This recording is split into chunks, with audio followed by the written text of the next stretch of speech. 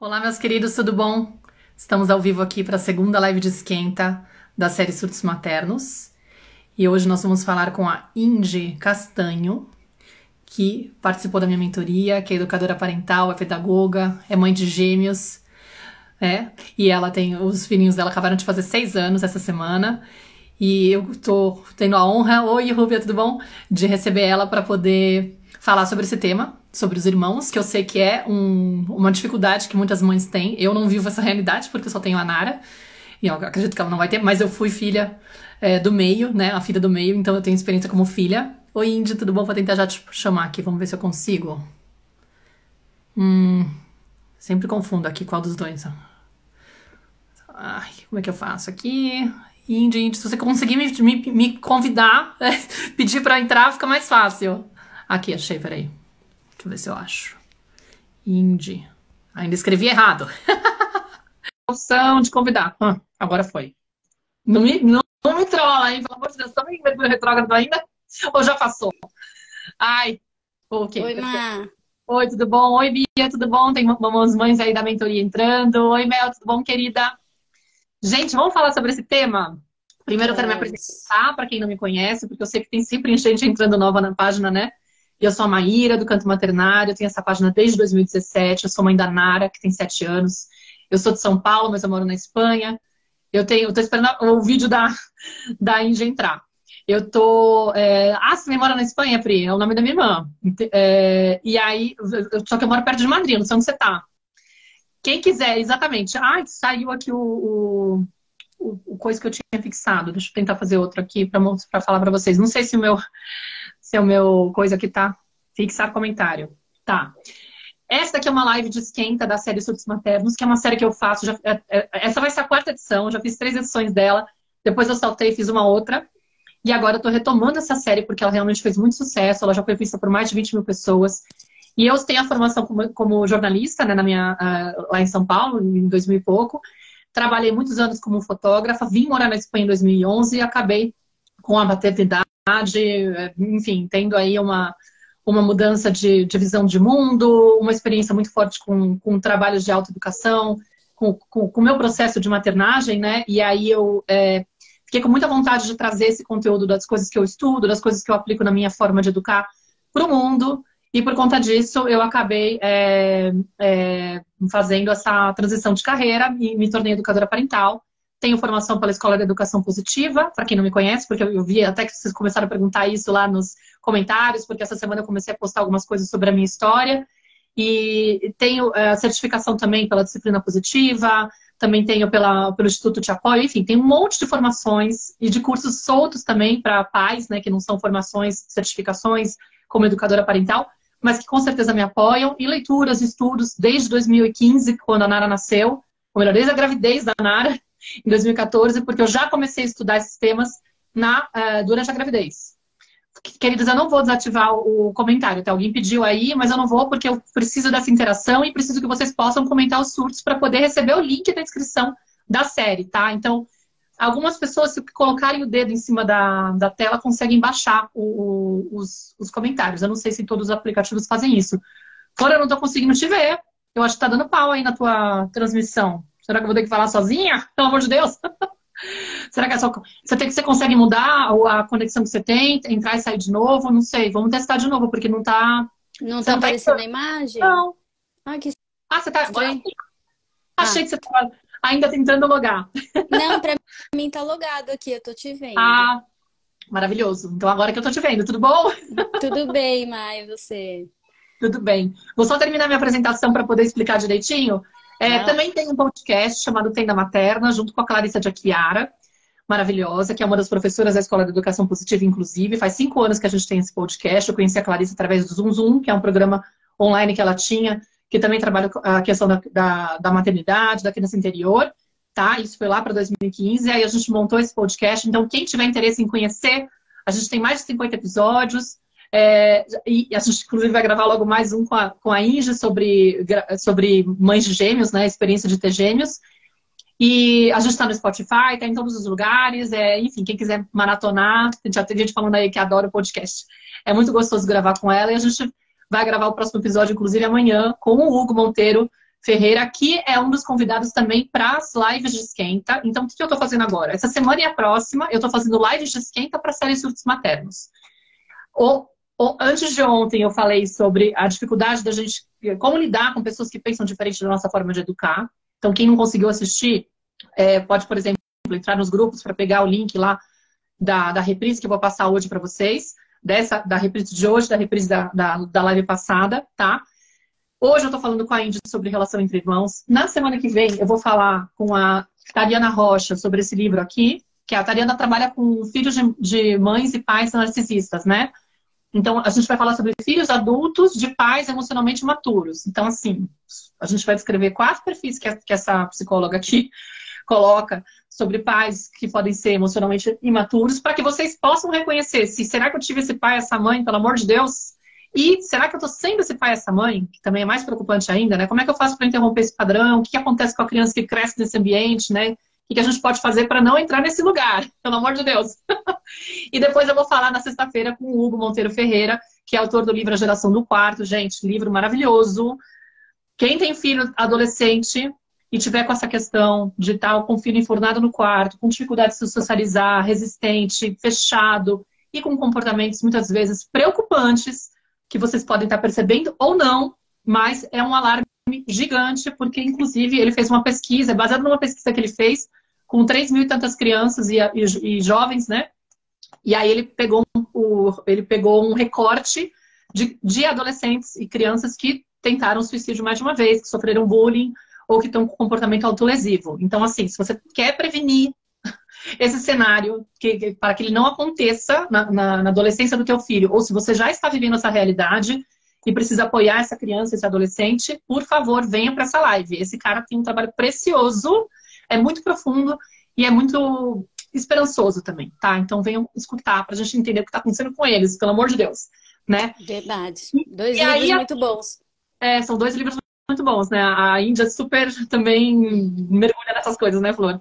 E aí, assim, se inscrevam na série Surtos Maternos, porque o que vai ser a série Surtos Maternos? Vai ser um convite para que vocês possam entender quem que é a criança interior, né? Quem é essa criança que mora dentro de vocês, como que ela interfere na sua forma de educar. Eu venho trazendo conteúdos gratuitos aqui no meu perfil, sempre tentando esclarecer didaticamente, até com a série dos diálogos da Mãe Perfeita, Central dos Adultos Invisíveis, ou dos adultos feridos das crianças invisíveis.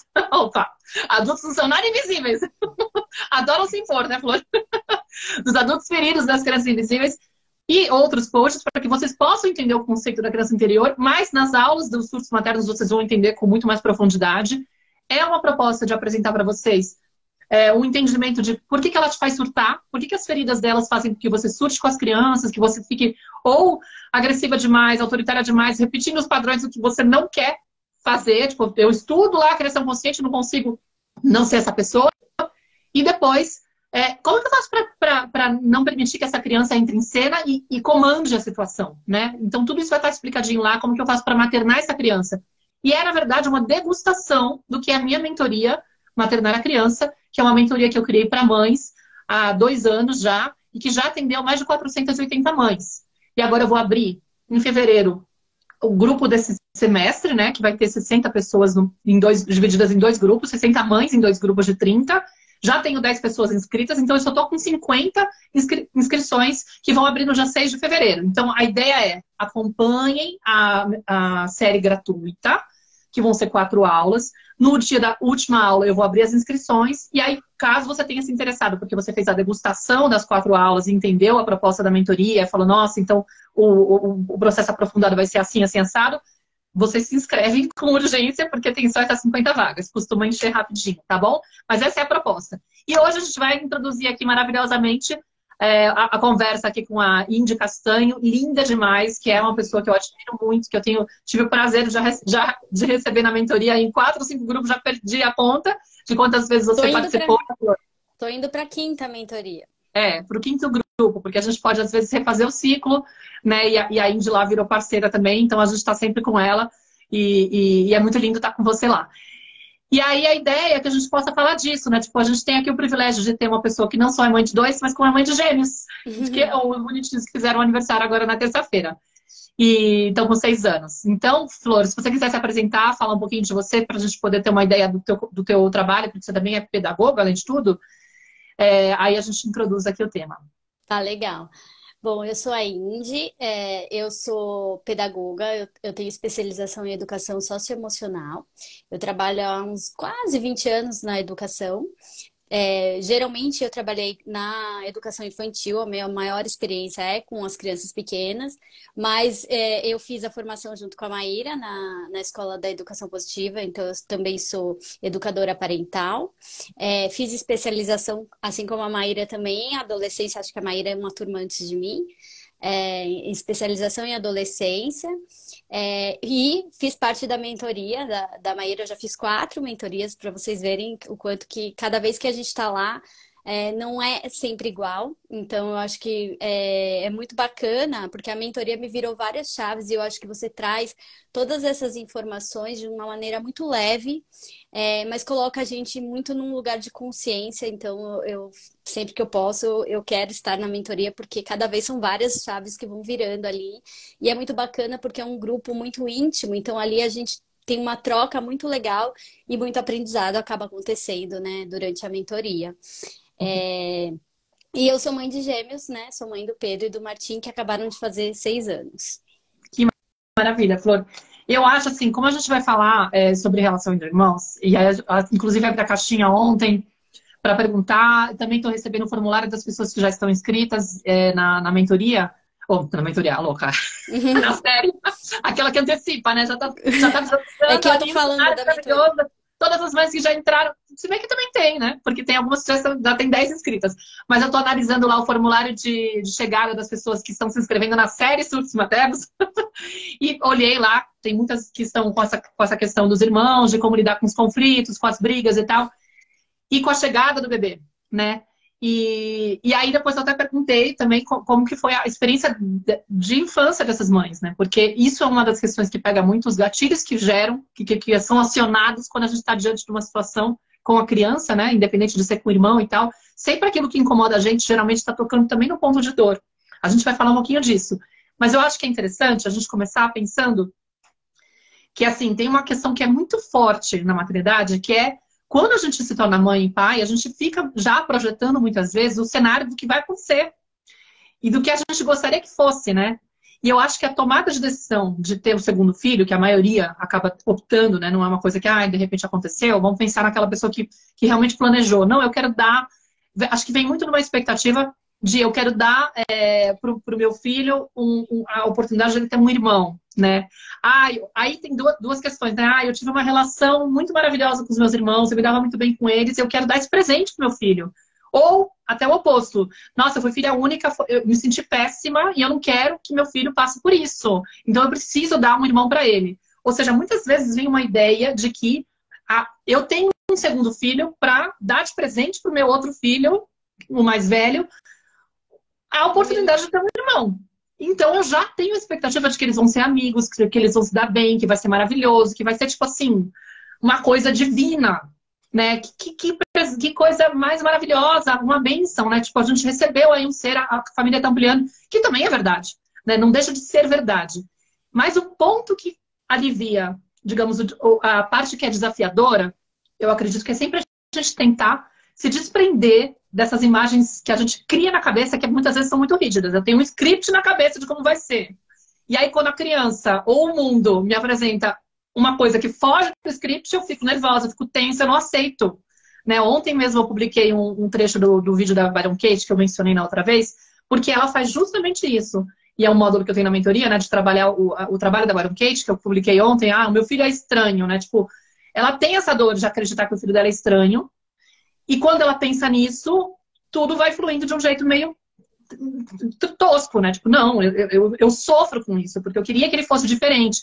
A mesma coisa pode acontecer. Eu quero que meus filhos se deem bem. Cada vez que eles brigam, me vem um incômodo. Cada vez que o mais velho apresenta ciúmes do mais novo, não era pra ser assim, era pra ele aceitar, pra ele gostar. Eu tô dando de presente pra ele. Então, acho que é muito importante a gente ter essa clareza de que, às vezes, a gente está projetando coisas nossas ou expectativas na ideia de ter o segundo filho. E isso já, muitas vezes, bloqueia a nossa conexão com a criança ou com as crianças quando elas apresentam algum tipo de problema com o fato de ter irmão. Sendo que, na verdade, é a vida sendo vida. Né? Você não pode impedir. Exatamente. Acho que a gente tem uma resistência muito grande, às vezes, justamente por esse script que você falou, né? Então, quando a gente se depara com aquilo que não estava nos planos, né? Entram os surtos maternos justamente aí, porque eu acho que aí a gente fala, opa, pera, essa realidade não era bem a que eu estava esperando. E vem muito da nossa própria história, né? E uma ideia que eu acho que é muito social também, de que irmãos têm que sempre se amar, né? Que acaba aprendendo muito isso, né? Tipo, fica uma coisa. Será que eu posso interferir nisso? Tipo, num sentido de que é óbvio que eu posso fomentar um bom convívio, mas eu não posso garantir que eles vão que eles vão ser amigos no futuro e nem que eles vão se dar bem sempre. Assim, se dar bem sempre é impossível. A gente vamos pensar. Acho que o primeiro ponto, assim, é pensar: ninguém se dá bem sempre. A não ser que seja uma relação onde você não tem autenticidade também, onde você não tem espaço, você não sente a vontade para se colocar e você fica lá só na coisa de aceitar. Mas assim, pensa num casamento. Você passa um casamento inteiro sem ter discussão com o teu marido, né, com o teu companheiro, com a tua companheira, sem ter nenhum tipo de conflito, é impossível, entendeu? Então, baixar um pouco essa expectativa para não ficar insistindo e forçando a barra com eles. E aí, o que eu gosto de também colocar muitas vezes é, muitas pessoas perguntam, né? Você viu as caixinhas também, né? Eu te coloquei lá para você ver. Tem como preparar o mais velho para a chegada muitas vezes com atendimento individual, né? Como que eu faço para preparar o mais velho para a chegada do bebê e para que ele não se incomode com isso? E aí muitas mães já estão morrendo de medo do que vai acontecer, se sentem culpadas, o que vai acontecer com o mais velho, pelo amor de Deus, eu não queria... Aí lembra também da infância, né? Quando eu recebi meu irmão, eu sofri muito, minha mãe não me defendia, era sempre o bebê, bebê, bebê, bebê. Enfim, tem muitas questões. E aí talvez a gente possa falar um pouquinho disso, né? Se tem esse preparo, se não tem esse preparo, quer falar um pouquinho? Eu acho que assim, eu acho que essa angústia, né? Eu não tive essa experiência de vir um e depois o outro, mas eu penso assim, mas sempre há essa angústia de querer distribuir tudo igualmente, né? Então há essa talvez esse medo, talvez justamente por causa dessas questões sociais, de que a gente precisa amar igual e que não falte para um e não falte para outro, mas a gente ainda tem muitos vazios nossos emocionais que a gente não olhou. E aí, quando vem, né, uma gravidez, seja ela, né, esperada ou não, como que eu vou fazer para esse mais velho não sentir tanto? Eu acho que existe muito essa preocupação. E eu acredito que, assim, a gente pode falar, a gente pode nomear, mas ter uma certeza do que a gente vai prevenir, eu acho que não existe. Porque a criança, você fala, aqui dentro da barriga tem um bebê, o seu irmãozinho. É muito irreal. A criança, ela é muito do concreto, né? Então, quando o irmão realmente chegou em casa, é que a gente vai saber como vai ser essa relação que vai ser construída. Tudo que a gente fala antes, você vai cuidar do seu irmãozinho, você vai ajudar o seu irmãozinho, você ajuda a mamãe a trocar a fralda, enfim. Vem muito mais do nosso medo, da nossa angústia. Eu, que fui irmã mais velha, né? Tinha muito, a gente coloca muito sobre o mais velho uma responsabilidade, muitas vezes, que ele não está preparado, porque ele também é uma criança, um bebê. Eu e a minha irmã, a gente tem uma diferença de 1 ano e 8 meses, então, assim, eu não tinha nem 2 anos quando a minha irmã chegou, e eu já tinha essa responsabilidade, né? Então, muitas vezes, no intuito de querer ajudar com que o irmão não sinta, a gente não permite o sentir dessa criança. Exato. Né? Eu acho que esse é o ponto. Tem esse livro muito legal, né? Quem não conhece, Rivalidade entre Irmãos, que tem... Não, desculpa. Irmãos sem rivalidade. Aí, ó. Que ele tem uma metáfora muito legal descrevendo a situação do irmão mais velho quando chega a criança, né? Aí, vamos pensar, gente, porque eu acho que é muito importante, assim, uma coisa que é fundamental, que eu friso muito na mentoria, no meu trabalho, é a gente conseguir se colocar na perspectiva da criança, sem julgar a criança. Aprender a parar de julgar de acordo com a nossa experiência. Nossa, ele tá viajando na maionese fazer essa leitura, nada a ver. Não, vamos pensar uma criança, por exemplo. Você lá com 1 ano e 8 meses, ou a minha irmã com 3 anos quando eu cheguei, porque eu cheguei com 3 anos e uma semana depois dela. Você tá lá, tipo, no teu caso, você ainda era um bebê. Né? Mas vamos pensar assim, vamos supor que você está casada com um cara, né? E de repente um dia ele chega na tua casa e fala assim, meu amor, eu te amo tanto, tenho tanto amor para dar para você que eu decidi que eu vou ter outra, porque afinal eu tenho amor sobrando. E aí ele aparece com uma outra mulher. Uma mulher que inclusive tá um pouquinho mais magrinha, porque não engravidou ainda, né? Tipo, olha que maravilha. Aí ele vem e fala assim para você, querida, só que é o seguinte, como ela acabou de chegar, assim, ela não tá muito acostumada, muito ambientada, então eu vou tirar você do quarto, vou te colocar no outro quarto para que ela possa ficar comigo, para que ela se sinta mais segura por um tempo, até ela se adaptar, tá? E aí aquelas roupinhas tuas que não cabem mais por causa da tua gravidez, você vai emprestar para ela, deixa para ela, tá? Dá para ela, porque você não vai usar mais, né? Vai saber. E aí, o teu computador você vai começar a dividir com ela, tá? Porque, tipo, ela precisa, né? Imagina, suas coisas, né? Ela chegou sem nada, tadinha. Você não vai ficar dando uma, né? E eu quero que vocês sejam amigas. Maravilhoso. Ela é uma pessoa linda, incrível, demais. O que vocês acham que vocês iam sentir a respeito dessa mulher que chegou na casa de vocês, que com certeza ele selecionou super bem, né? Não vai saber. E a respeito dele, vocês iam ficar seguras do amor desse cara? Vocês iam querer ser amiga dessa pessoa? Tipo, Ou a gente vocês ia iam... querer devolver e falar, some daqui, né? É, Muitas vezes. você fala, meu, devolve essa mulher, pelo amor de Deus. Entendeu? Então, assim, não importa o preparo que você faça, né, pra criança que tá lá, de repente, entusiasmada. Por que ele tá entusiasmado com a barriga? Fica falando do irmão, até fala que é o irmão, na hora que chega o irmão, ele fica todo desajustado, muda o comportamento, né? E muitas vezes ele, inclusive, comunica que está incomodado pela mudança de comportamento, e aí a gente fica mais estressada, por quê? Porque a gente está cansada de cuidar do mais novo, do bebê, que demanda pra caramba, e ainda tem que ficar dando atenção extra para aquela criança que, de repente, mudou completamente. Antes era mais tranquila, né? Não sei quem aqui se reconhece. Antes era mais tranquila e, de repente, ficou muito mais demandante, chorando mais, às vezes regredindo no comportamento, né? A gente coloca entre aspas, né? Mas, tipo, voltando a pedir a fralda, voltando a querer dormir junto, sei lá, voltando a querer o peito, alguma coisa do tipo, ou ficando agressiva. E aí a gente faz o quê? Fica mais em cima ainda da criança pra poder dizer pra ela, não, tipo, você não tem o direito de fazer isso, né? Tipo, você não tá vendo que a mamãe tá aqui se desdobrando em 30 pra poder dar conta do bebê? Você tem que entender, né? Você tem que entender que a mamãe não pode dar mais do que ela tá dando.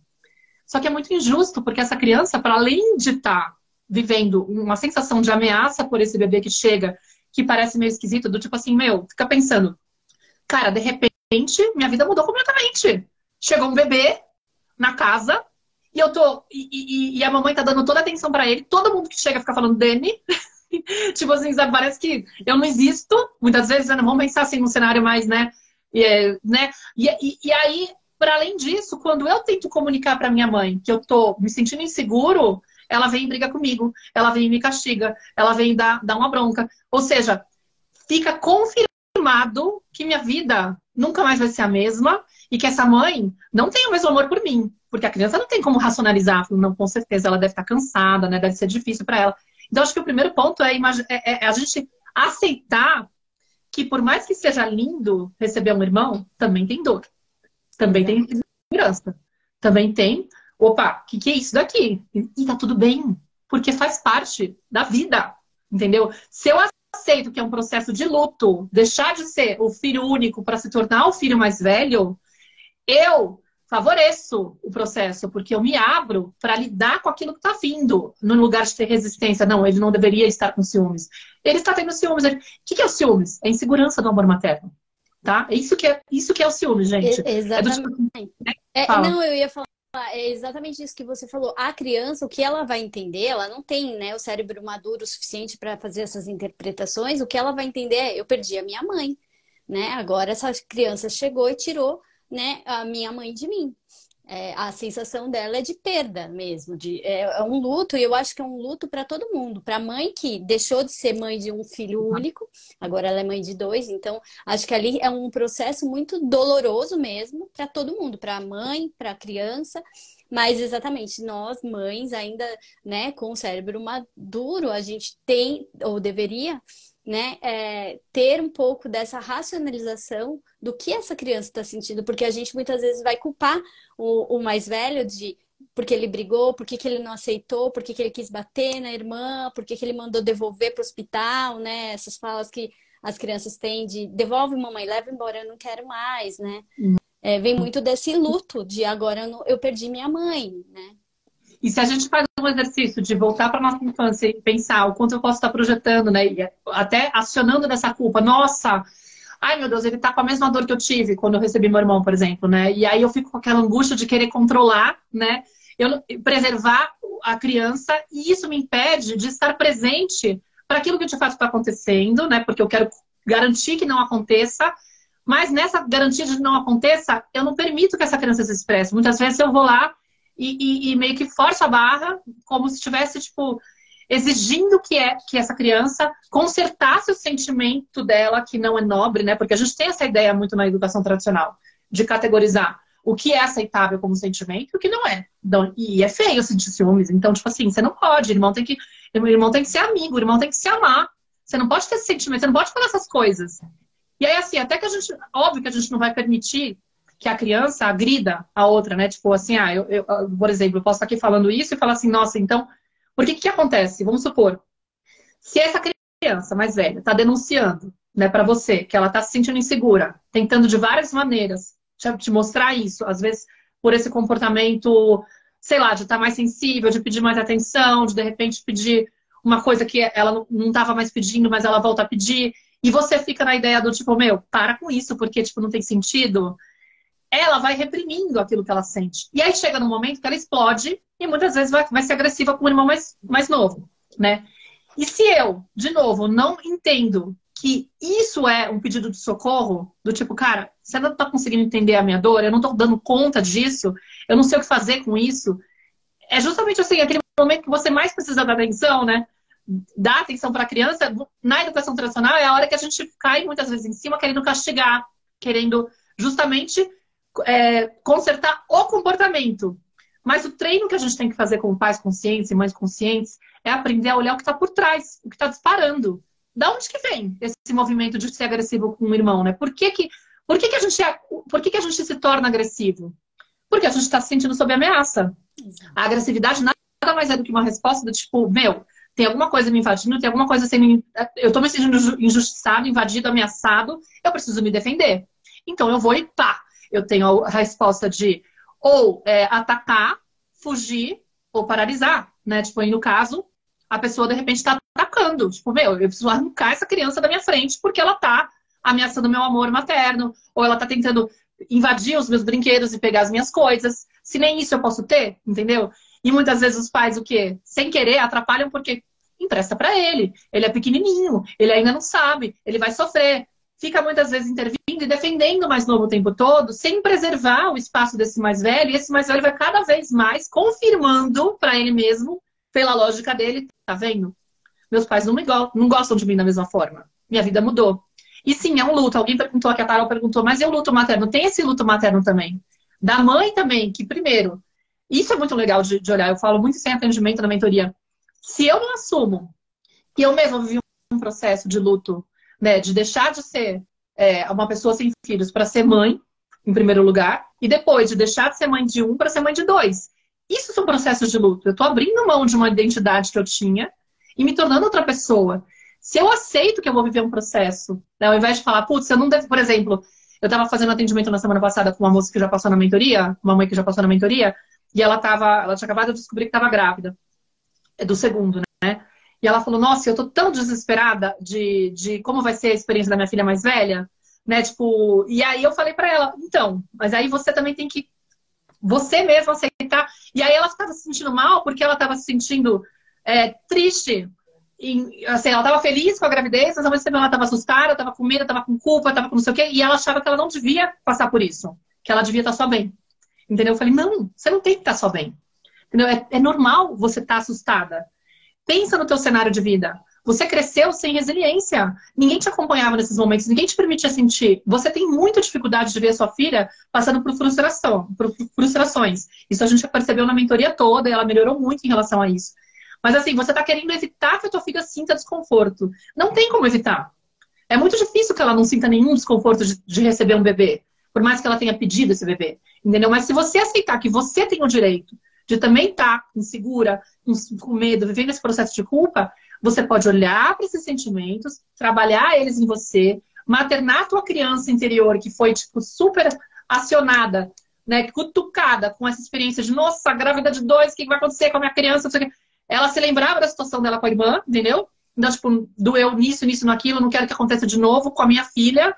Então, tipo, aproveita para maternar isso, mas não se sinta mal com você mesma inadequada por sentir isso. Viva o seu luto, né? Também é um luto de se transformar, né? Dessa mulher que só tem um bebê para ter 2.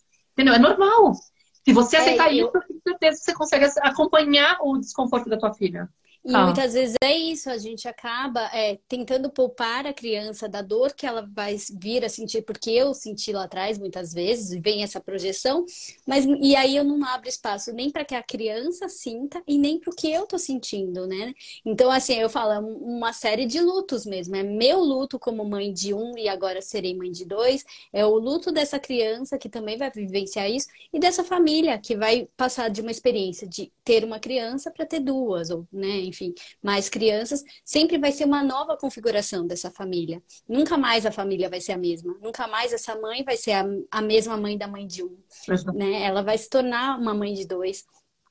Essa criança nunca mais vai ser o filho único, agora ele tem um irmão. Então, assim, é uma série de lutos e sim, envolve perda, envolve dor. E a gente tentar bloquear isso. Às vezes eu tô tão preocupada com a dor que meu filho vai sentir que eu não permito eu sentir a minha dor.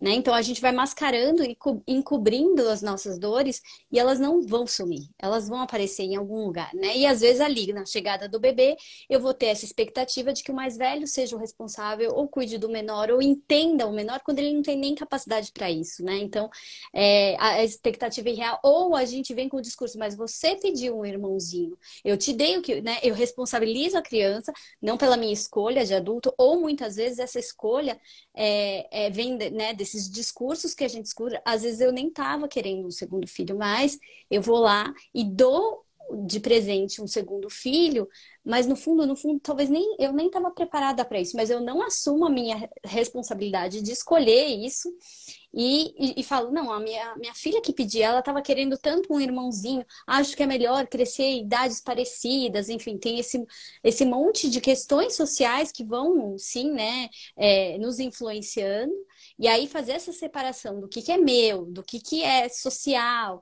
né, e de me responsabilizar também por essas escolhas, né, às vezes eu vou lá e culpo a criança. Você pediu o seu irmãozinho, agora a mamãe não tenho como devolver mais para a maternidade, né? E aí a criança ainda se sente responsável. Nossa, essa criança chegou, perdi minha mãe, ocupou um espaço aqui em casa e agora ainda a culpa é minha porque ele está aqui. E eu não quero mais ele aqui, né? E a criança não tem essa maturidade porque a sensação dela é que eu estou perdendo a mamãe, né? E a gente muitas vezes vem desse lugar de agora aguenta, filho. Você pediu, agora você tem que lidar com isso. Como se ela tivesse essa maturidade para lidar, né? Ó, a Carol tá falando aqui, né? Tipo, eu senti muita culpa, mexeu muito com a minha criança ferida. Eu sou a mais velha por 5 anos e depois 2 irmãos em menos de 2 anos. Sofri muito, deprimi. E aí, Flor, muito legal, Carol, você só fala, porque assim, o que acontece? Eu sempre falo isso, né? Não é a experiência em si que vai garantir o sofrimento da pessoa, né? Da criança. É como ela vive aquilo. E aí, por exemplo, você fala assim, puxa, eu fui a irmã mais velha, eu sofri muito quando chegaram os mais novos. Aí, óbvio que eu senti culpa quando eu engravidei do segundo, fiquei mal, preocupada que ele sofresse, né? E assim, muito difícil que ele não sofra em nenhum momento nada, né? Agora, se isso vai ser traumático ou não, tem muito mais a ver com a postura dos pais estarem num estado de consciência mais elevado ou não. Por quê? Porque se eu silencio essa criança, se eu acho o fim da picada, ela sentir ciúmes e fico tentando corrigir os ciúmes dela, eu impeço ela de se expressar. E a gente vai perceber que o problema aqui não é que ela sinta esse desconforto. O problema não é ela sentir os ciúmes. É ela sentir os ciúmes e vir alguém e criticar ela por isso. E falar, você não tem o direito de fazer isso. Entendeu? Quando a gente atinge esse lugar de entender que tá tudo bem sentir, é válido sentir, a gente vai aprendendo o quê? Então eu preciso entender como que eu acompanho os ciúmes. É diferente. Nossa, meu amor, tá difícil, né? Vamos supor, você tá lá com a cena da criança lá, brigando com o mais novo, mostrando os ciúmes dela através de uma agressão, né? E aí o teu intuito é proteger o mais novo, mandar, para com isso, você não tem o direito de fazer isso. Mas imagina você pegando essa mesma criança falando assim, abraçando ela e falando, meu amor, deve estar muito difícil para você. Mamãe entende. Você tá muito desesperado, né? Ele foi pegar, sei lá, o seu castelo, o seu brinquedo, não sei o quê. E ter um irmão mais novo não é fácil. Você aceita, valida, né? Tipo, não quer dizer que você não vai colocar o limite. Eu já entendi. Você pode, tipo assim, vamos tirar a parte só vamos se concentrar naquilo que a gente não sabe. Falar pra ele que ele não tem o direito de fazer, a gente já sabe, né? Mas vamos concentrar na fala que a gente usaria pra poder Mostrar para essa criança que tá tudo bem ela sentir aquilo. Mamãe entende. Porque não é fácil, né? De repente o teu ambiente. Pensa lá na cena do cara chegando com a irmã, com a namorada nova, com a mulher nova. Que você querer pular no pescoço da mulher. Não é fácil ter que dividir o seu espaço. Não é fácil ter que ver a mamãe dando atenção pro bebê o tempo todo, né? Porque o bebê demanda mais atenção, né, meu amor? Pra mamãe também tá difícil, sabia? Ser mãe de 2. Eu não tinha experiência com isso, eu não sei como é. Às vezes eu fico muito preocupada. Olha como é bonito, porque eu me humanizo, eu me vulnerabilizo, eu assumo que eu também sou humana e também não sei direito como viver esse processo de transformação, essa adaptação. Nossa, a família de repente cresceu. Eu também fico insegura, meu amor. Eu também tenho medo que você se sinta rejeitado, sabe? Eu posso falar disso. E isso aproxima. Isso não faz ele sentir uma aberração por sentir ciúmes, faz ele sentir normal. Fala, desculpa, meu amor, que eu não percebi a tempo, que você estava muito incomodado e que ele estava invadindo o seu espaço. Vamos dar um jeito da gente conseguir preservar? De repente, selecionar quais são os brinquedos que você aceita dividir, quais são os brinquedos que você não quer dividir, e a gente separa e vai explicando para ele. Ele é pequenininho, tem dificuldade, mas a gente vai ajudando ele a entender que tais brinquedos ele não pode pegar, sabe? E a gente vai instruindo, mostrando que a gente se importa e muitas vezes até entendendo que de repente está faltando realmente um tempo de qualidade com essa criança mais velha, que a gente vai ter que, né, se movimentar para poder suprir aquilo que está provocando, mudar aquilo que está provocando o comportamento dele. Porque se eu entendo que ele está agredindo o outro porque ele está inseguro do meu amor por ele, a cura disso é eu dar mais atenção e garantir para ele que eu amo ele mesmo com a presença do bebê, entendeu? E que sim, tá diferente, não vou negar, é diferente, mas eu preciso garantir para ele isso. Vai se sentindo seguro, inclusive eu vou encaminhando um pouco também pro pai, porque o pai vai trazer para o mundo, ele precisa também criar esse vínculo mais forte e tal, mas eu não vou negando e mostrando para ele que é absurdo você se comportar assim, porque isso é o trauma, entendeu? É quando você não tem espaço para você ser você mesmo, entendeu? Então, Flor, Carol, o que eu tô falando para você aqui? Tipo, não é o fato de você ter um segundo filho que vai traumatizar o mais velho, entendeu? Ou a mais velha. É o fato de se você ignora e não aceita que ele traga esse desconforto. Porque aí ele vai se sentir uma aberração, vai se sentir incomodado, porque eu tenho certeza que o que mais doeu não foi o fato de chegar 2 crianças, mas provavelmente que ninguém te deu espaço para poder se incomodar com isso. Porque a nossa geração não teve. Faltou amparo, né? Faltou esse amparo. Faltou esse amparo lá atrás, né? E eu acho que quando chega um mais novo, vem também um selo do mais velho de que agora ele cresceu. Então, a gente espera uma maturidade dessa criança mais velha, de que às vezes ela ainda não tem. Então, assim, automaticamente ele ganha o selo de mais velho, então ele tem que ser mais responsável. Ah, mas você é o mais velho, o seu irmão está se inspirando em você, você tem que se comportar assim, você tem que se comportar assado. E uma expectativa sobre essa criança que ela não tá pronta muitas vezes, né? E como a Mel falou aqui, ela falou assim, e ainda as mães acham que se validar o que a criança, né, a criança que tá com raiva do irmão, a gente vai estar fomentando mais essa briga, né, o mal-estar, o mau relacionamento entre esses irmãos, quando na verdade é o oposto, né? Quando eu tô ali acolhendo o meu filho, eu tô dando espaço para que ele mostre que tá tudo. Eu mostro para ele que tá tudo bem sentir o que ele tá sentindo. E a gente também tem uma expectativa de que agora ele vai ele não tem que demandar mais de mim. E a demanda dele vai continuar existindo. Eu é que vou ter que me virar ali para suprir essas necessidades de um bebê que tem as necessidades e do meu mais velho, que também vai continuar tendo as necessidades dele, e ele vai continuar demandando. Às vezes até mais do que ele demandava, né? Justamente porque ele sente essa insegurança. E aí eu achar que ele está errado em estar demandando, é ali que começa uma relação de trauma, como alguém aí falou que, né, vivenciou muitos traumas com a chegada dos irmãos. Porque é isso, eu já recebo esse selo e já é esperado, de repente eu tenho que crescer. De repente eu tenho que ter uma maturidade porque o meu irmão chegou, né?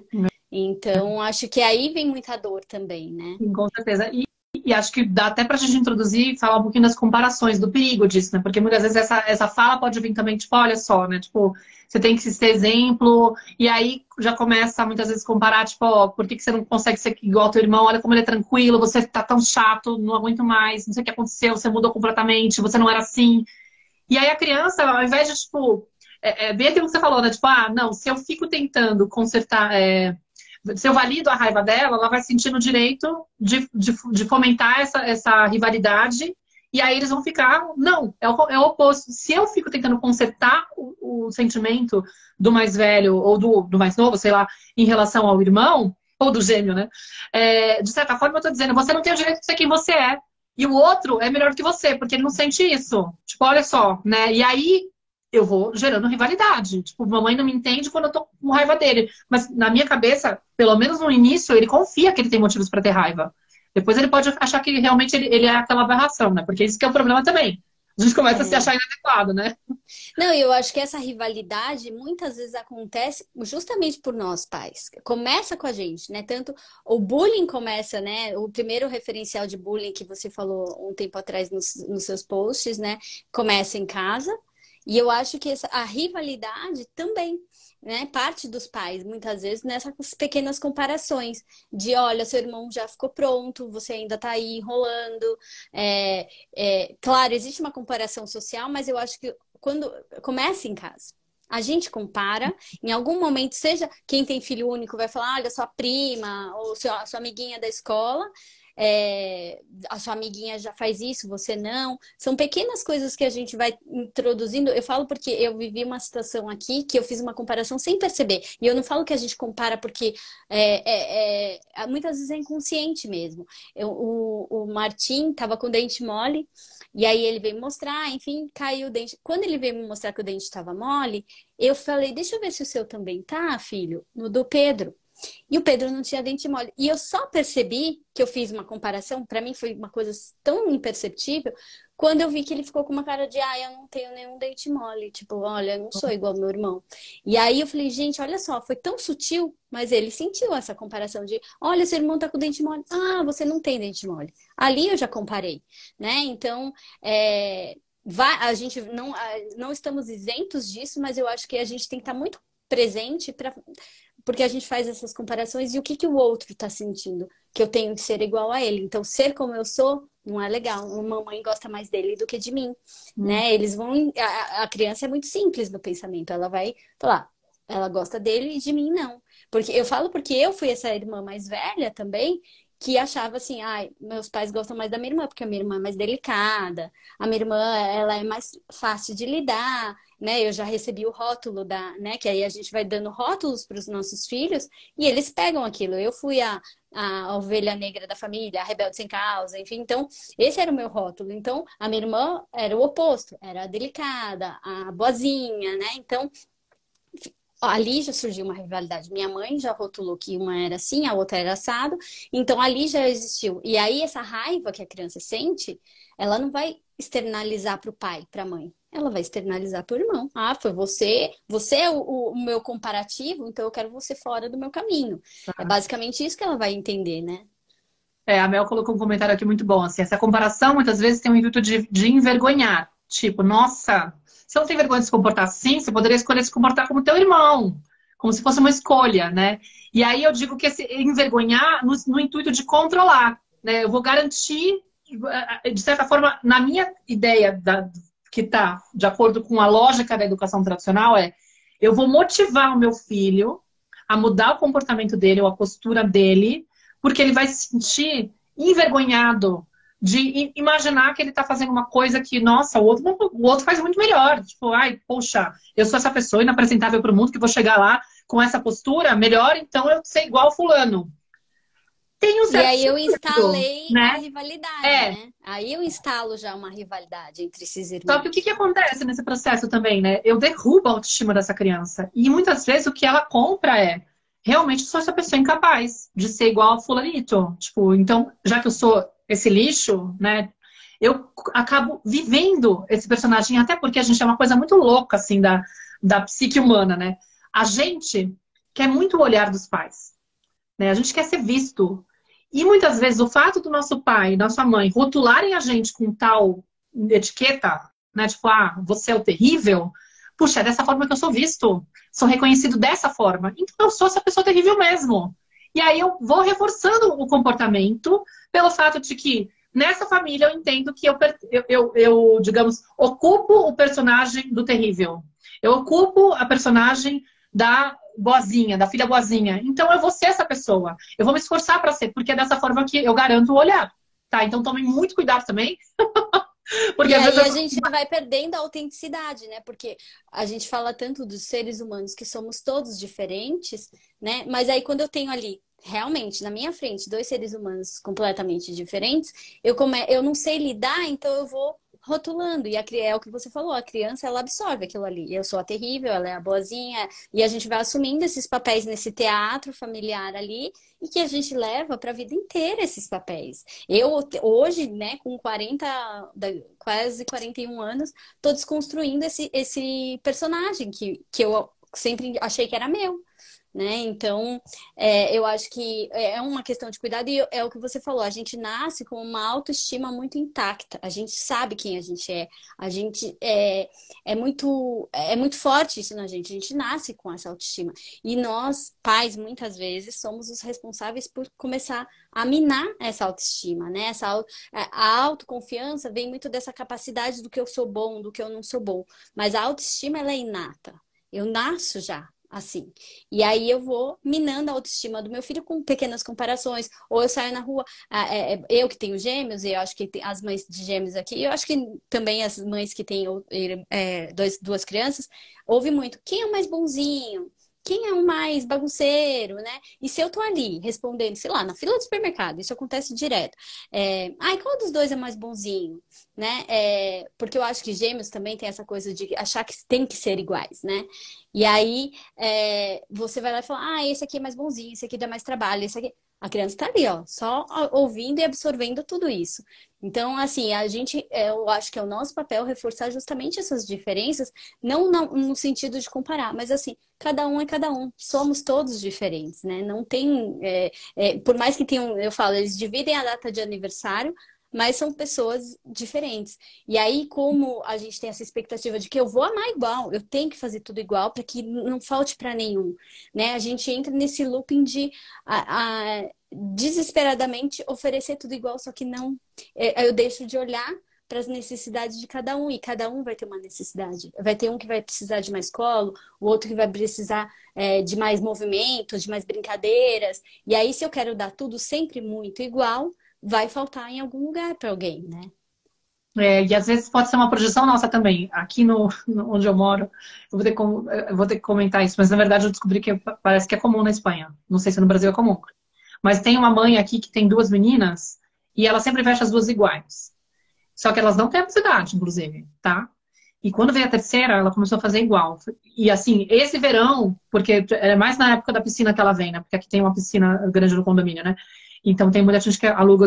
Eu moro fora de Madrid, nas Afueras, como dizem aqui, é 1 hora de Madrid, e tem muita gente que tem apartamento aqui onde eu tenho, que tem muito apartamento, mas tem só pra época do verão. Então eu vejo mais elas estão com o mesmo biquíni, e aquilo me dá um nervoso, do tipo assim, gente, deve ser uma mãe que deve ter tido irmãos, né, e que se sentiu muito injustiçada pelo tratamento desigual, alguma coisa do tipo. Então ela quer garantir que as crianças não se sintam tratadas de forma diferente, de forma alguma. Só que assim, impossível alguém coincidir que todos os dias eu quero sair com a mesma roupa que a minha irmã.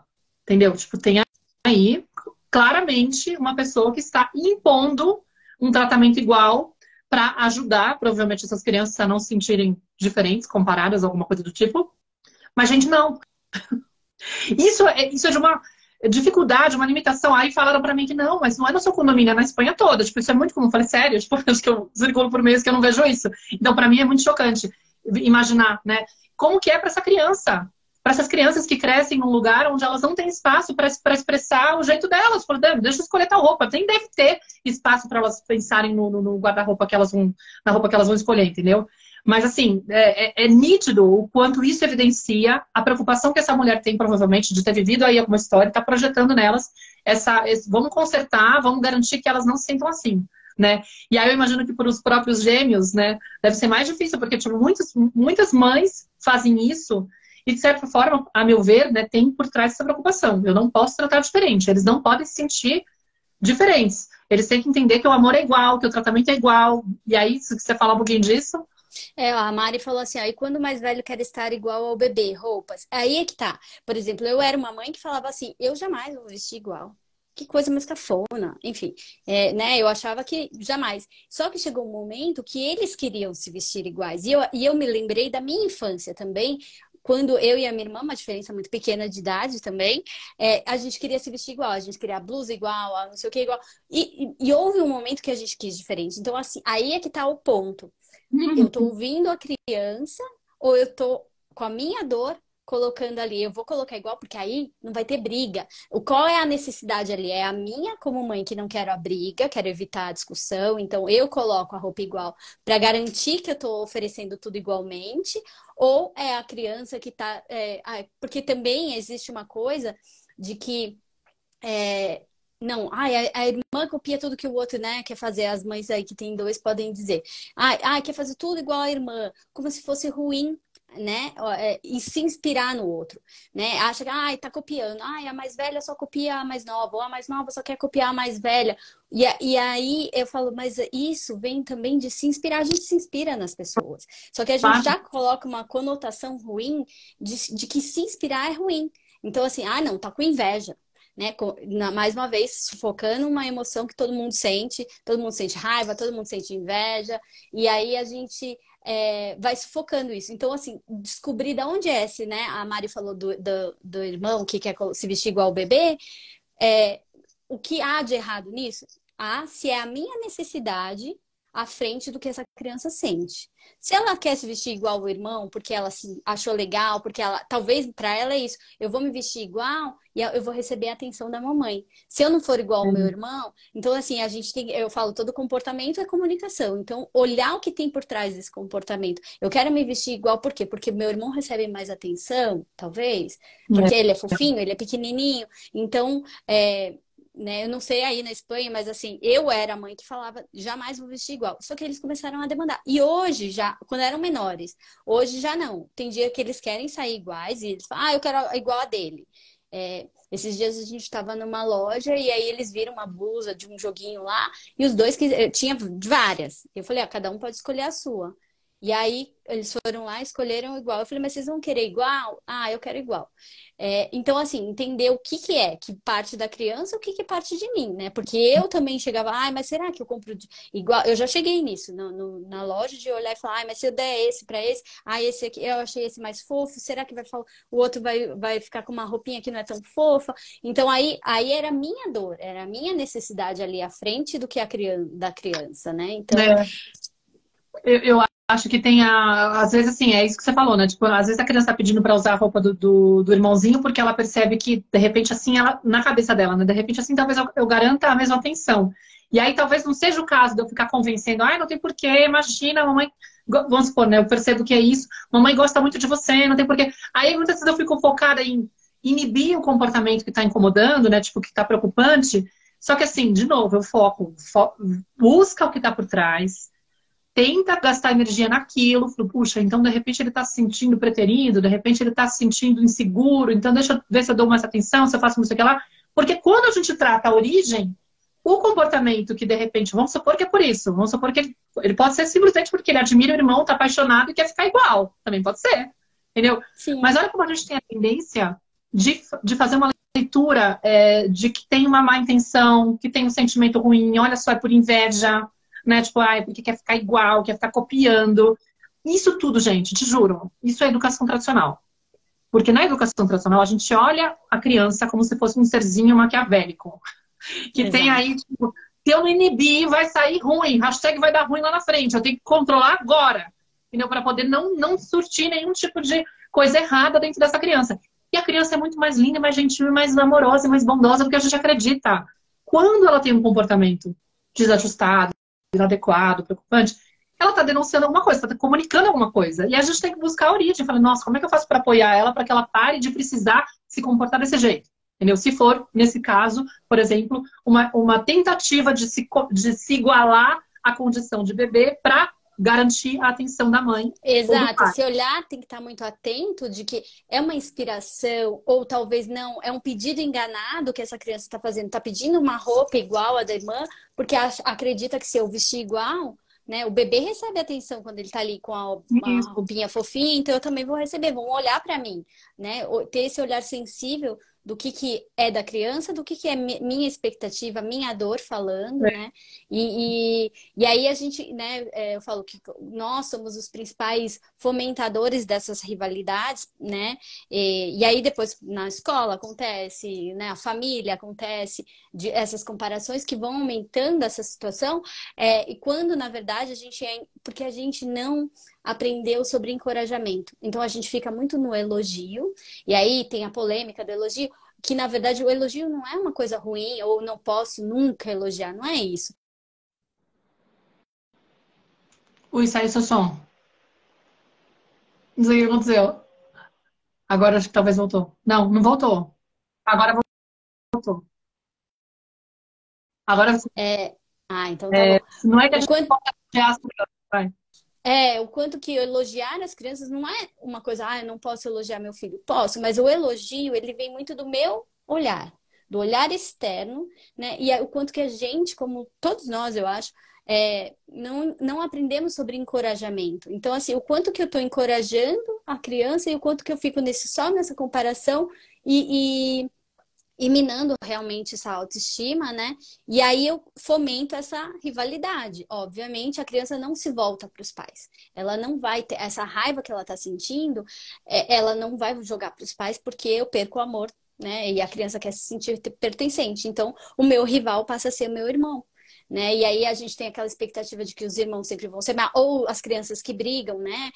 Acontece, todos os irmãos vão brigar, e aí essa expectativa na minha cabeça de que irmãos têm que sempre se amar.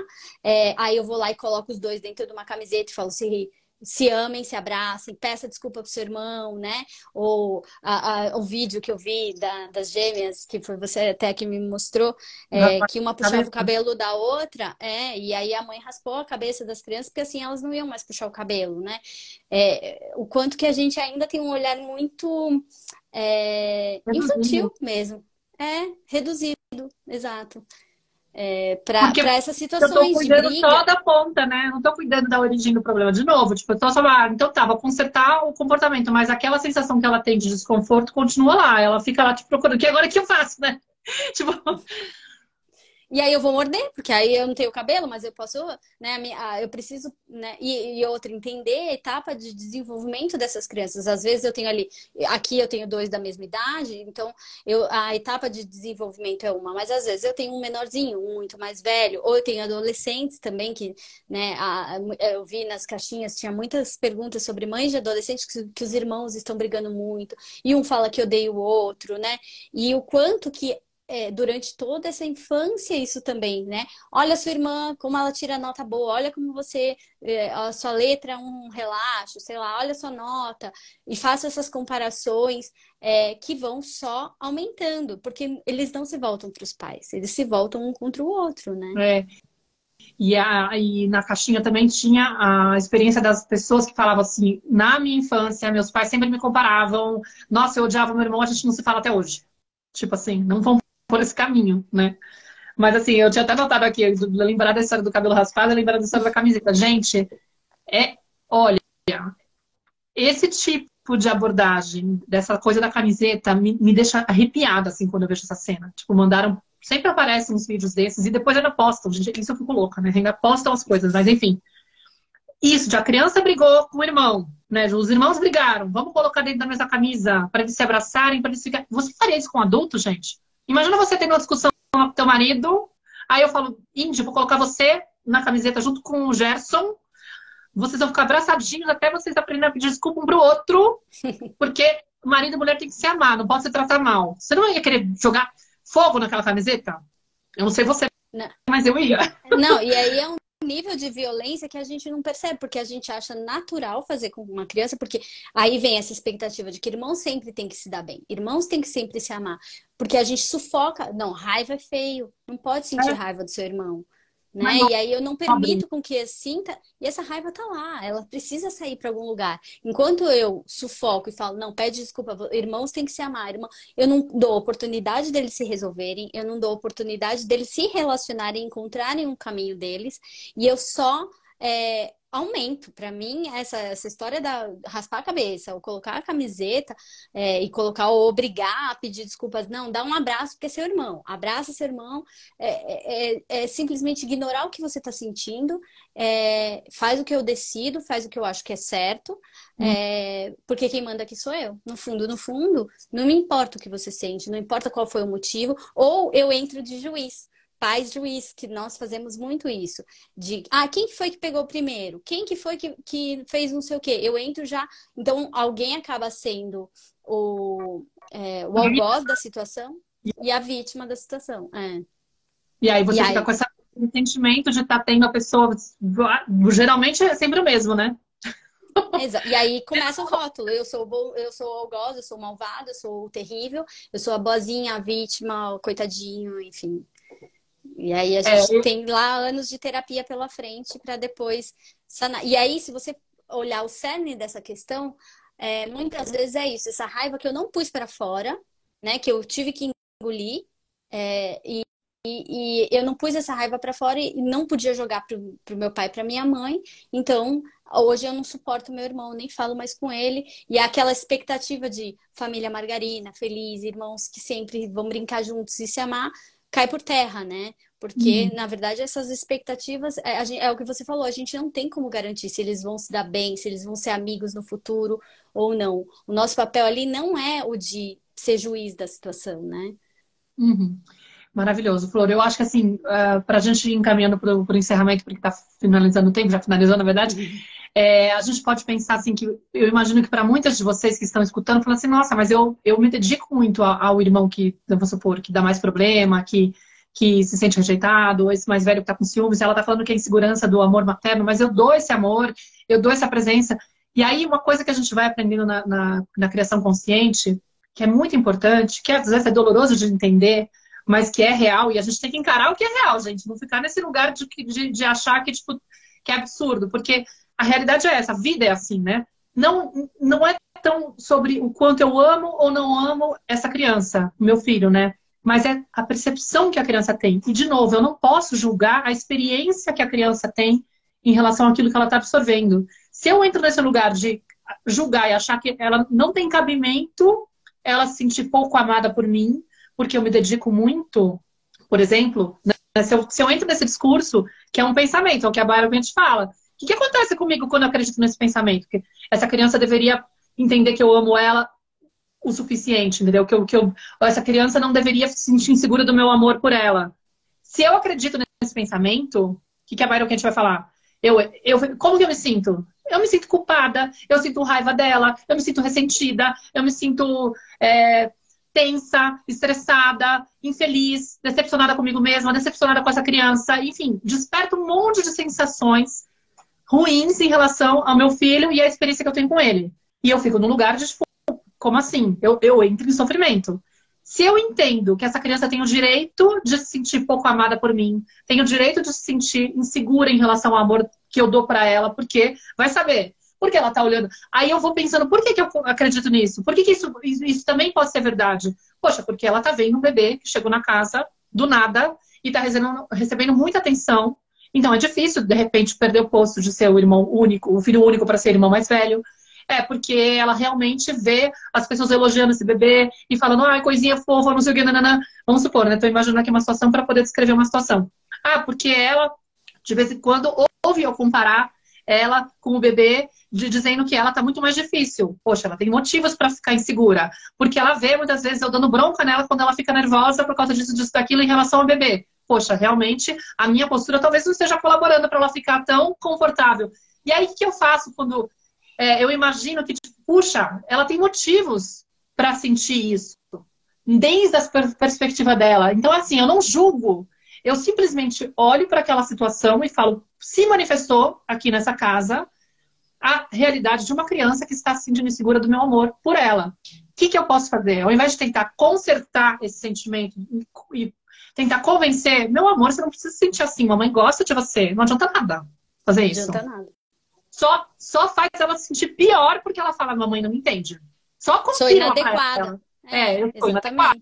sou um lixo de pessoa. Olha que horror, eu tenho insegurança da mamãe, eu desconfio da mamãe. Não, tipo, ela é concreta. Ela vai interpretar de um jeito muito mais reduzido. E pra ela, aquilo significa que a mamãe não me ama igual.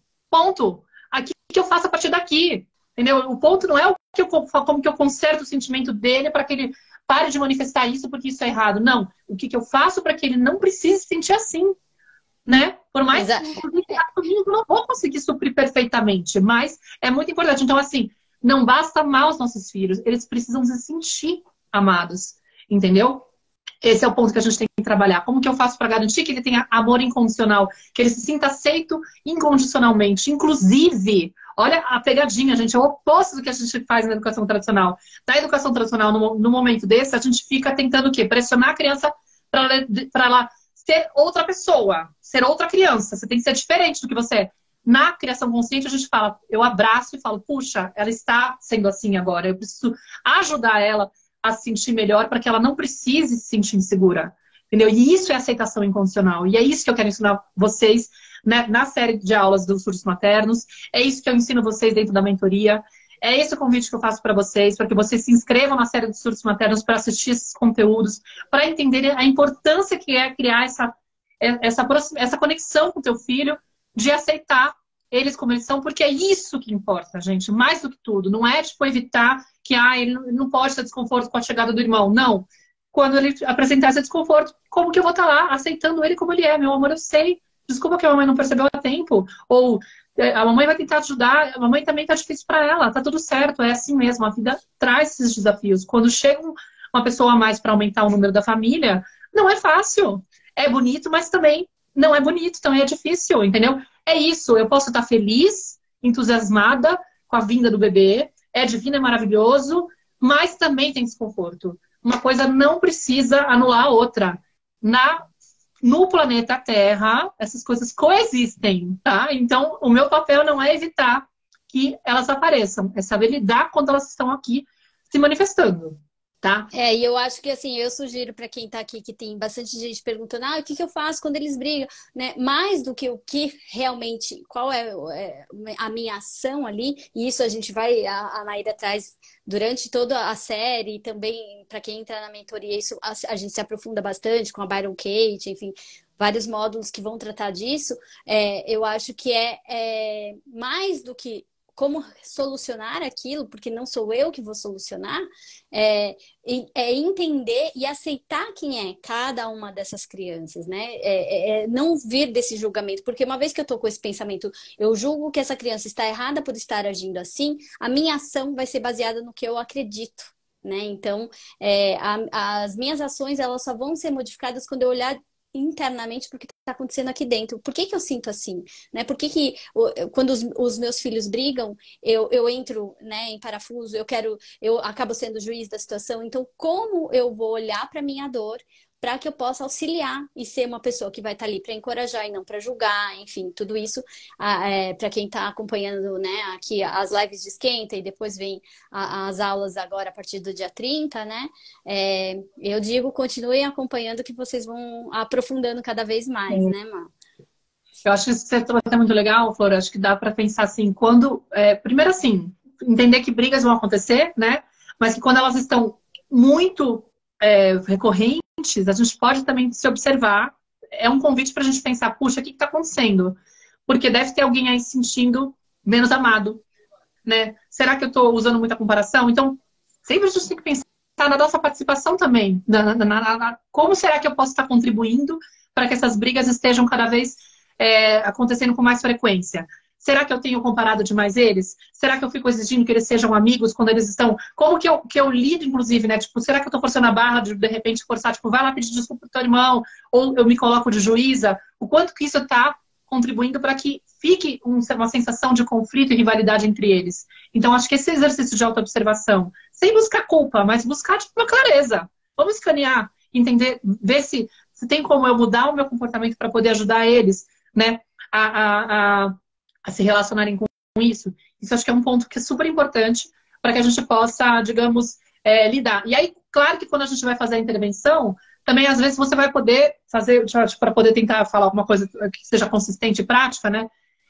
Às vezes você pode ver que uma das crianças está sendo muito agressiva com a outra, de repente está agredindo, está xingando, alguma coisa do tipo, e você pode se aproximar dessa criança que está mais raivosa, validar o sentimento dela, explicar para ela, eu entendo, você está com muita dificuldade, mas vamos fazer o seguinte, quando você estiver assim, vem falar comigo.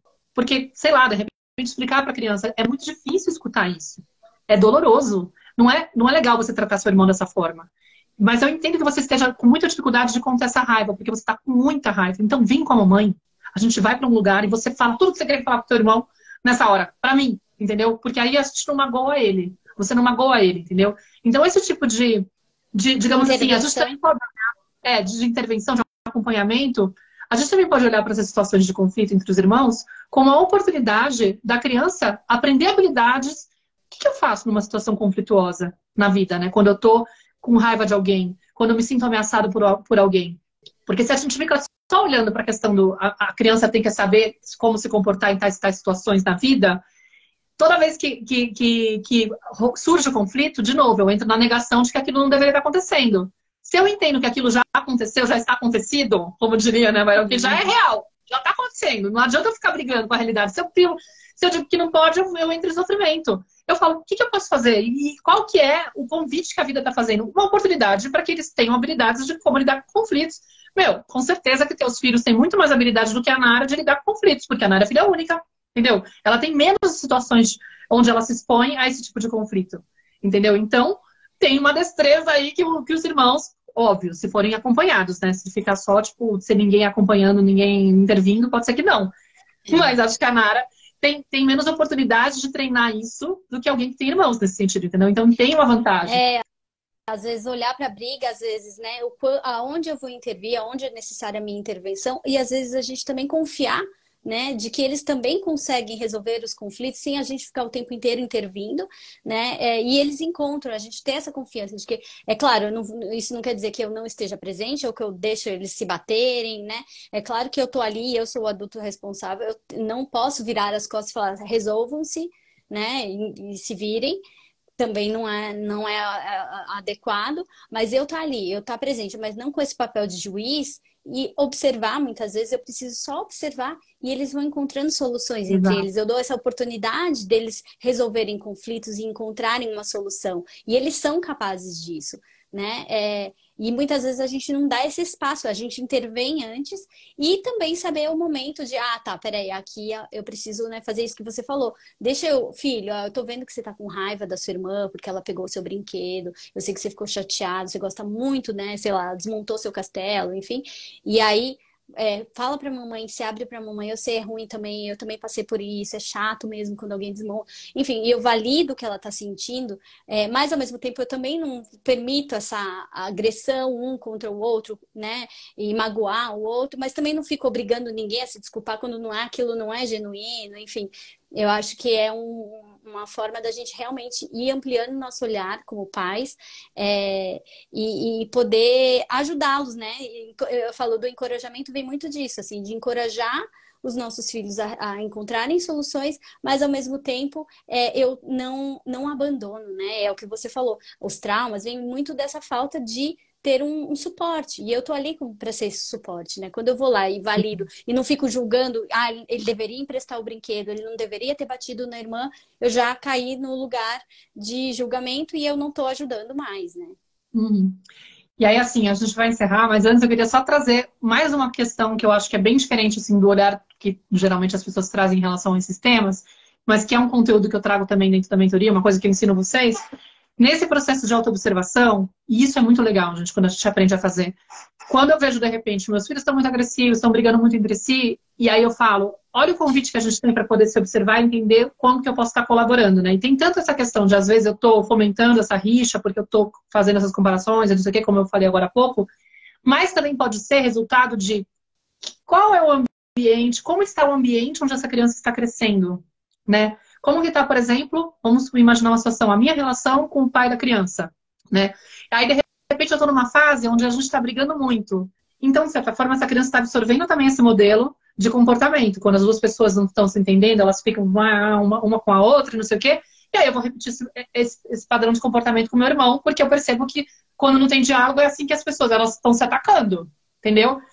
Ou, muitas vezes, aí isso é uma coisa que a gente trabalhou no módulo de agressividade, no módulo não, no bônus que eu fiz na turma passada com a Clarissa de Chiara, que tem um podcast comigo, a gente fez um encontro na mentoria sobre agressividade, né? Sobre a raiva contida, a raiva, como lidar com a raiva dos filhos e a minha própria raiva.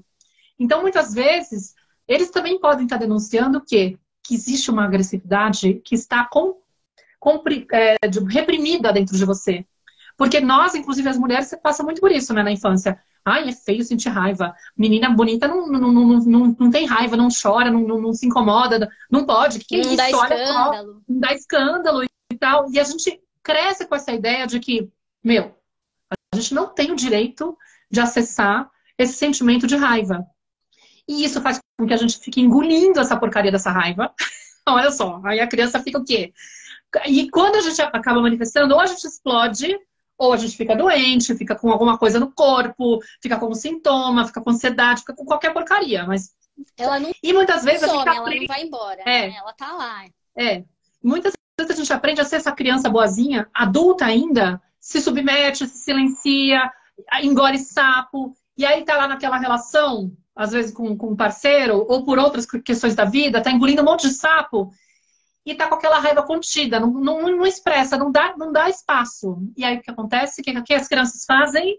Manifestam essa agressividade nossa contida no comportamento deles, tá? Então, quando a gente percebe que a gente pode estar contribuindo, inclusive dessa forma, porque aparentemente eu tô bem, eu tô toda controlada, mas por dentro eu tô assim, gritando louca pra pular. Às vezes você vê a cena da criança fazendo aquilo e fala assim, eu queria estar fazendo isso, pulando no pescoço. Tipo, eu tenho que assumir. Entendeu? Então, assim, é muitas vezes um convite para a gente olhar para a nossa relação com a própria agressividade, né? Tipo, o jeito como eu assumir que eu adoraria estar nessa postura, às vezes, se eu tivesse sem filtro nenhum. E o que eu faço, então, para trabalhar a minha agressividade, encontrar um espaço para expressar ela, para que eu possa aliviar isso, entendeu? Para que essa criança não perceba essa energia esquisita no ar, dessa agressividade contida, e não tenha que manifestar no comportamento dela. De novo, eu tô olhando para a origem do problema, e não para a ponta. Não é só, tipo, vai lá e pede desculpa pro teu irmão. Você não tem o direito de fazer isso. Olha como é raso quando a gente fica só nessa coisa de consertar o comportamento. Tá bonitinho, eu tô lá como um robozinho, me comportando de acordo com o que a sociedade espera. Como um menino muito comportado, uma menina comportada. Mas toda aquela sensação do que eu tô absorvendo do ambiente, ou de repente aquele modelo que eu tô assistindo e tô vendo como naturalizado, cadê a parte de eu assumir que eu tenho participação e contribuir? É aquela criança ou adolescente, a pessoa que vai lá, bate e imediatamente pede desculpa. Não sabe nem por que tá se desculpando, mas ela já entendeu que se eu falar desculpa, sanou, vão me deixar em paz, né? Então vira uma coisa superficial porque eu não tô olhando. Vou parar de falar de você vou parar de falar com você até você me pedir desculpa.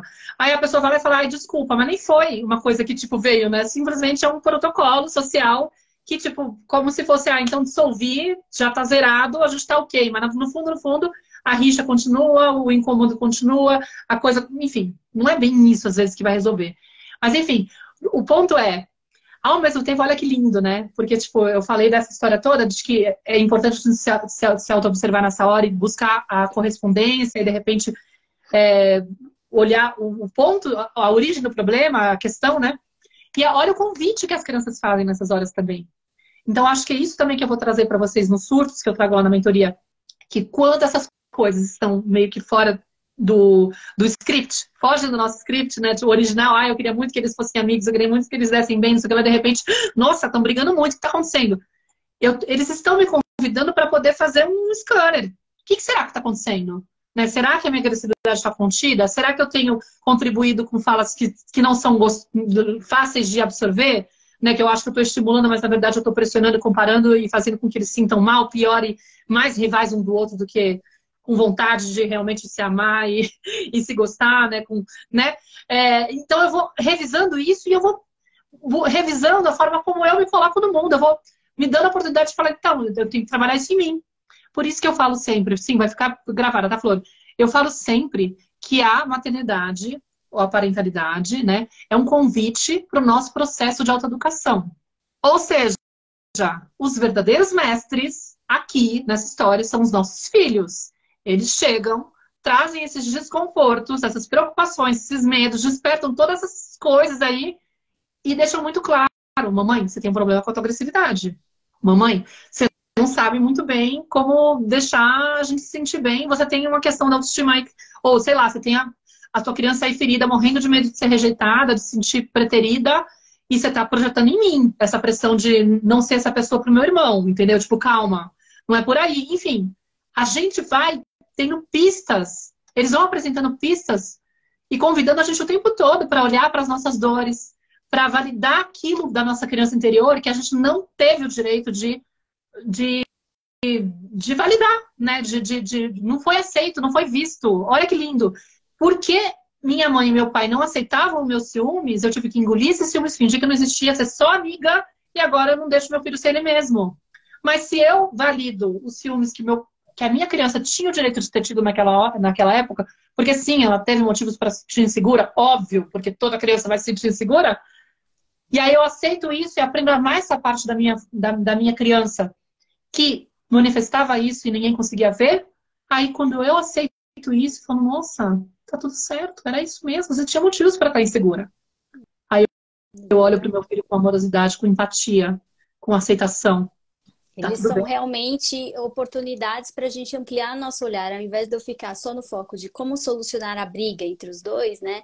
Eu Exato. consigo ir muito mais fundo, né? Eu acho que tanto na série quanto na mentoria a gente vai tirando essas camadas que a gente muitas vezes está tão preso e tão soterrado que a gente não faz ideia do porquê que eu reajo assim quando os meus filhos brigam, né?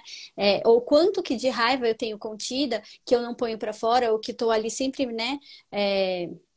Muito serena, aparentemente, e o quanto que eu preciso olhar para esse meu lado também, que ele foi tão sufocado que eu não consigo nem perceber, né? Então, eu acho que como você falou, a gente precisa, é um processo de autoeducação e eles são os nossos maiores guias, né? Eles são essa oportunidade de sair desse lugar tão reduzido que a gente cresceu e fomos, né, encaixotados ali e começar a sair dessa caixa e olhar, né, para as nossas camadas também, que tem muitas aí, e que a gente, os nossos filhos fazem esse papel de mãe, olha para isso, né? É.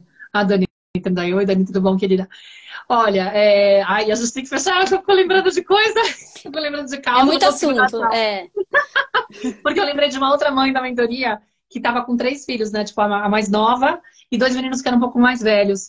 E aí um deles já tava indo fazer, tipo, tour na Europa para poder fazer um campeonato de um esporte da dele, e o outro indo para também morar fora para fazer não sei o que lá, para estudar não sei aonde, e ela tava se sentindo super pequenininha e começou a falar para a mãe, né, tipo, ai mãe, começou a manifestar isso no comportamento dela, sendo mais, tava ficando mais sensível, e a mãe tava o tempo todo tentando consertar, né, tipo, filha, mas você tem por que se sentir assim, você é muito mais nova, não tem porquê, daqui a pouco vai chegar a sua vez. E aí virou completamente a chave dela quando eu falei para ela, deixa, faz sentido.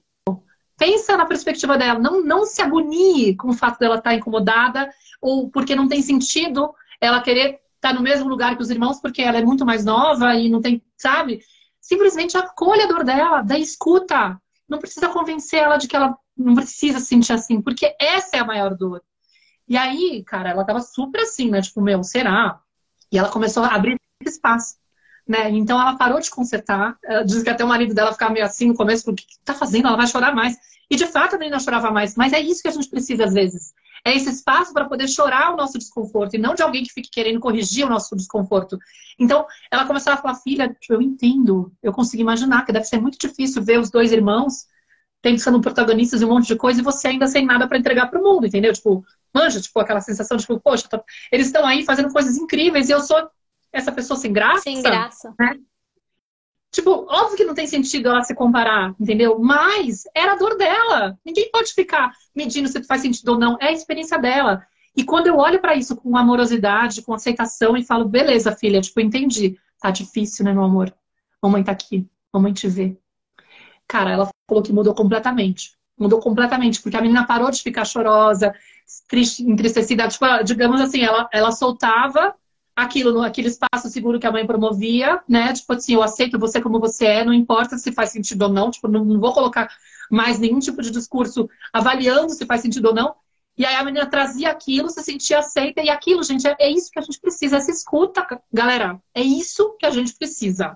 É, e Isso eu vou caminhar com vocês. alguém aqui Ah. falou sobre a culpa, eu ia falar, na mentoria, né, tem um módulo só sobre a culpa, né, porque eu falo a culpa, a gente fala, por que a culpa é da mãe, né, enfim, alguém menciona alguma coisa assim, e a gente vai entendendo, quando a gente entra nesse processo de autoeducação, né, que a culpa, ela é um guia também, é um GPS interno, que nos motiva e nos move para um outro lugar. Se eu estou sentindo culpa é porque eu preciso mexer em alguma coisa. Se aquilo está me incomodando é porque eu já entendi que esse caminho não é legal, eu tenho que encontrar um outro, né? Então, quem perguntou aí da culpa materna, eu recomendo muito que fica ligada na série, porque a culpa materna é um dos temas e é um dos assuntos da mentoria que vale muito a gente olhar para isso, né?